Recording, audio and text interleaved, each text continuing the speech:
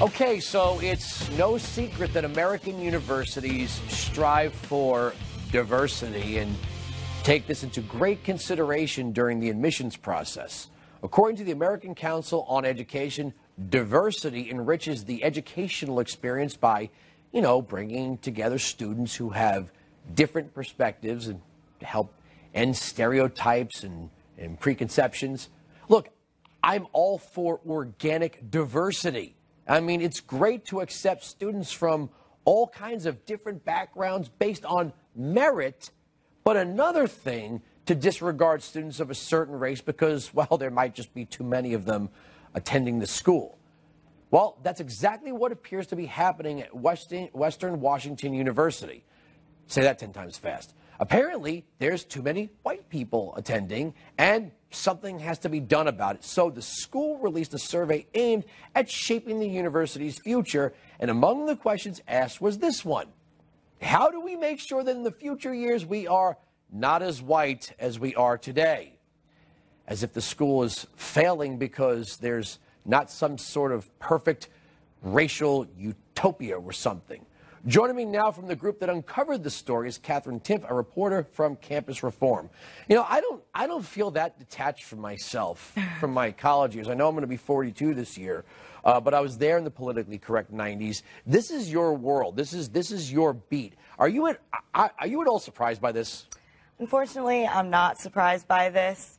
We're seeing this all over the place. The language is a little bit extreme, though, saying, what can we do to make sure that in the future, you'd think the second half of that would be him talking about some sort of horrible, heartbreaking tragedy on campus, but he's just talking about having too many white people walking around. It's absolutely absurd.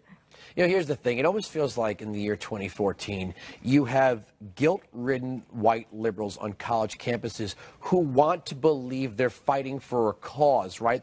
They're saving people from the evils of a repressive society. And on the other side, you have people in minority groups that want to believe they're fighting some sort of racial or religious or gender revolution. It's 2014. I mean, come on. Exactly. What they should be fighting for is getting students jobs, which is what college is supposed to be about, right? Instead of saying, oh, we'll be a failure if there's this many white people. How about trying to succeed based on, I don't know, something crazy like how much kids are learning? Right now, more than half of college graduates are unemployed or underemployed. How about we try to improve that rather than sitting and worrying how many white people are walking around and acting as if this is some sort of tragedy? You know what's funny is in California, they're trying to bring back racial preferences, and it's Asian politicians that are fighting it because Asians are overrepresented by population in the university system.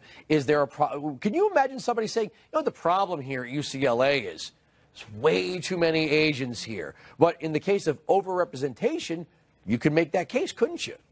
You could, but there's a lot of campaigns, a lot of campuses having speakers and things like that at Campus Reform. We write about it all the time, about white privilege and how you need to feel bad if you're white. And they're fighting that battle. It's not 1954. It's not about including people or accepting everyone, regardless of your race or being from a marginalized group. It's that if you aren't from a marginalized group, you're bad and you need to feel terrible, to the point where this president who's white is saying, you know what?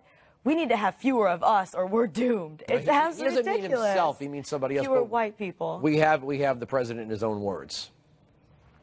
I've said before, and I'll say it again, that we, as a faculty and staff, student body, as an administration, if we 10 years from now are as white as we are today, we will have failed as a university in our commitment to meet the critical needs of our state.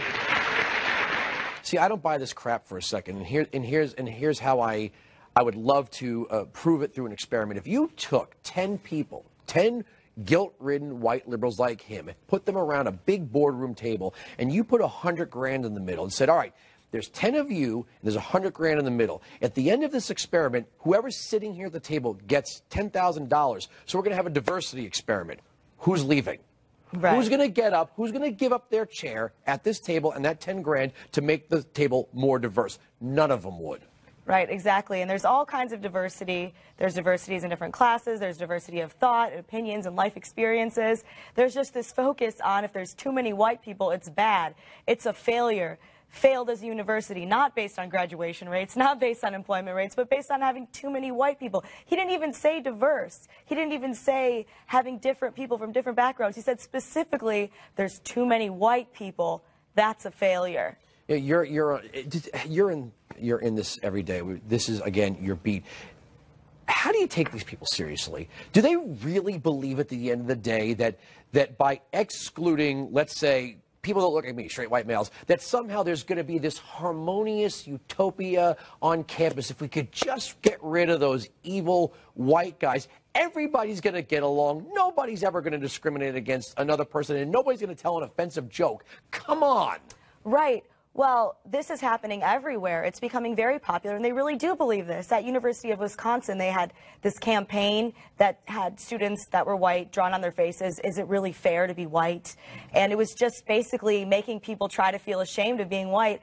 And we reported on it at Campus Reform, and it went pretty big, and they faced a lot of criticism. And they said, you know what? No, we think this is great. We actually do believe this. We think this is great. And then you have people like the president saying, you know what? The problem is too many white people. So, wouldn't it have been fitting if somebody stood up and said, well, what about you? If we're going to get rid of white people on this college campus, let's start with you, sir. Let's get ourselves a female Hispanic president. Let's get rid of you. Wow, I'm talking about the whole of the university. No, we mean you. You're talking about getting rid of the white guy. You're the white guy. Right, and what is he talking about? Because the community that the university is in is mostly white. So, of course, mostly white students are going to attend the university.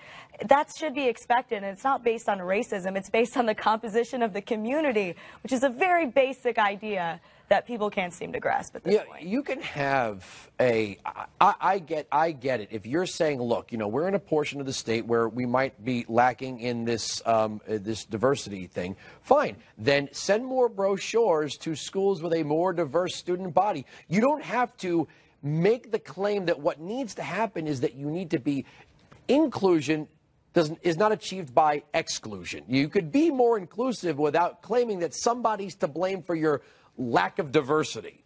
You're supposed to be embarrassed and feel terrible if you're white because you have a privilege. University of California at Berkeley, they actually routinely host white anti-racist training. One of the topics they covered is if you're white, how you are supposed to be in a room that you're the minority as a white person without taking up too much space. So these kinds of things are further driving a wedge between the groups rather than trying to say, oh, let's all just get along. They say, oh, you know what? If you're white, you need to feel bad. If I was in one of those classes, I would wonder if I raised my hand and go, yeah, I get it. I'm to blame for everything. It's all my fault. Can I go now? Is that the final exam? I get it. I'm to blame. Right. And are all these students supposed to feel like, oh, my president thinks I am going to cause a failure at the university just by me being here? I'm a sign of a failure. What kind of way is that to talk to your students? Or what kind of thing is that even to think? It doesn't make any sense. Oh, wow. This is just, I just think that academics should be embarrassed by these things, but they're clearly not, Katherine. Thank you so much for joining me tonight. All right, it's time for more Wilkow from the web. Tonight's video has been burning up over at theblaze.com. J.D. Wintereg, one of Speaker John Boehner's midterm election primary challengers, has put out a new campaign ad. We had to edit it for time, but take a look. You make a great team.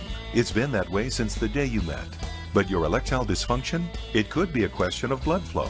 Sometimes when a politician has been in D.C. too long, it goes to his head, and he just can't seem to get the job done. Other signs of erectile dysfunction may include extreme skin discoloration, the inability to punch oneself out of a wet paper bag, or maintain a spine in the face of liberal opposition. Amore di Gramine Verde. Smoking. And golf. If you have a Boehner lasting longer than 23 years, seek immediate medical attention. Yesterday we had a video, a picture of a girl with a model airplane that we couldn't actually show you. Now this today. I got to guess that Johnny's not very happy about that one. More Wilkow after the break.